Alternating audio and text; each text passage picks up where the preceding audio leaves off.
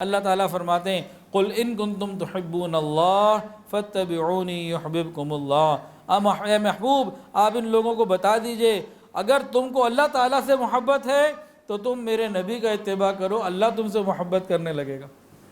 اختیار میں تو ہے۔ ابھی ہم کیا کہہ رہے تھے، کیا چیز اختیار میں نہیں ہے کہ بھئی اللہ ہم سے محبت کرے، اس میں ہمارا کیا اختیار؟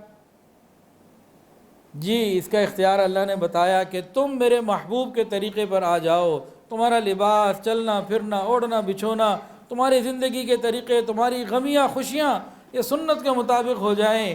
ارے تم میرے محبوب کے مطابق بن جاؤ، میں تم سے محبت کرنے والا بن جاؤں گا۔ یحبہم و یحبونہ، یہ بات ہو جائے گی۔ اور آگے کیا ہے؟ اللہ اکبر کبیرہ، اذلۃ علی المؤمنین،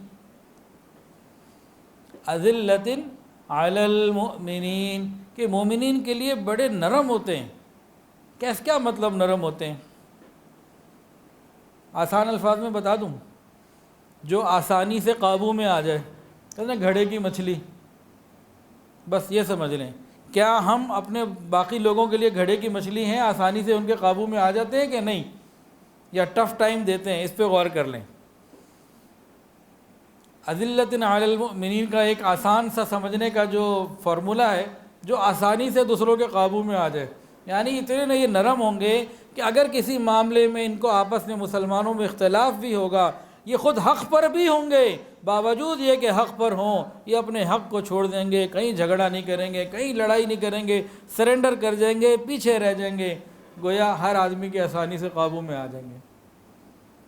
اور یہ اس حدیث کے مصداق بن جائیں گے کہ نبی علیہ السلام نے فرمایا میں اس شخص کو جنت کے بیچ میں ایک گھر دلوانے کی ذمہ داری لیتا ہوں جو حق پر ہونے کے باوجود جھگڑا کرنا چھوڑ دے۔ یہ ہے اذلۃ علی المؤمنین۔ بندہ کہے جی اس سے مسئلہ ہے، ارے مسئلہ ہی کوئی نہیں، وہ تو کوئی مسئلہ ہی کوئی نہیں، گھڑے کی مچھلی، آسانی سے ہر بات مان لے گا، مسئلہ ہی کوئی نہیں۔ کیا ہمارے بارے میں ہمارے رشتہ دار، خاندان، متعلقین یہ کہہ سکتے ہیں یار مسئلہ ہی کوئی نہیں؟ کوئی ہمارے پاس آئے جی میرا مسئلہ فلاں سے ہے، اس نے میرے ساتھ یہ کام کیا ہے، یار مسئلہ ہی کوئی نہیں، تو ابھی چلے جاتے ہیں، تو آسان سی بات ہے، ابھی چلتے ہیں۔ یہ ہے اذلۃ علی المؤمنین، اذلۃ علی المؤمنین۔ اور اگلی بات کیا ہے؟ اعزۃ علی الکافرین۔ کفار کے لیے سخت ہے، کفار ان کے اوپر اتنی آسانی سے قابو میں نہیں آ سکتے، مطلب یہ کفار کے آسانی سے اتنے قابو میں نہیں آ سکتے۔ مومنین کے لیے تو دل بچھے ہوئے، حق پر ہونے کے باوجود حق چھوڑ دیں گے، یہ نہیں کسی سے لڑتے۔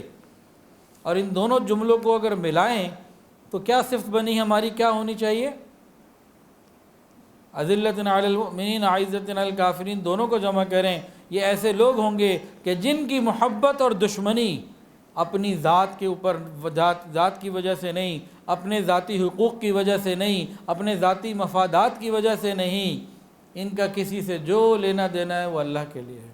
ذاتی مفاد تو قربان کرنے والے ہیں، اس پہ جھگڑا ہی نہیں کرتے، آگے بڑھتے ہی نہیں، چھوڑو جی بس اللہ کے لیے سب معاف کر دیتے ہیں۔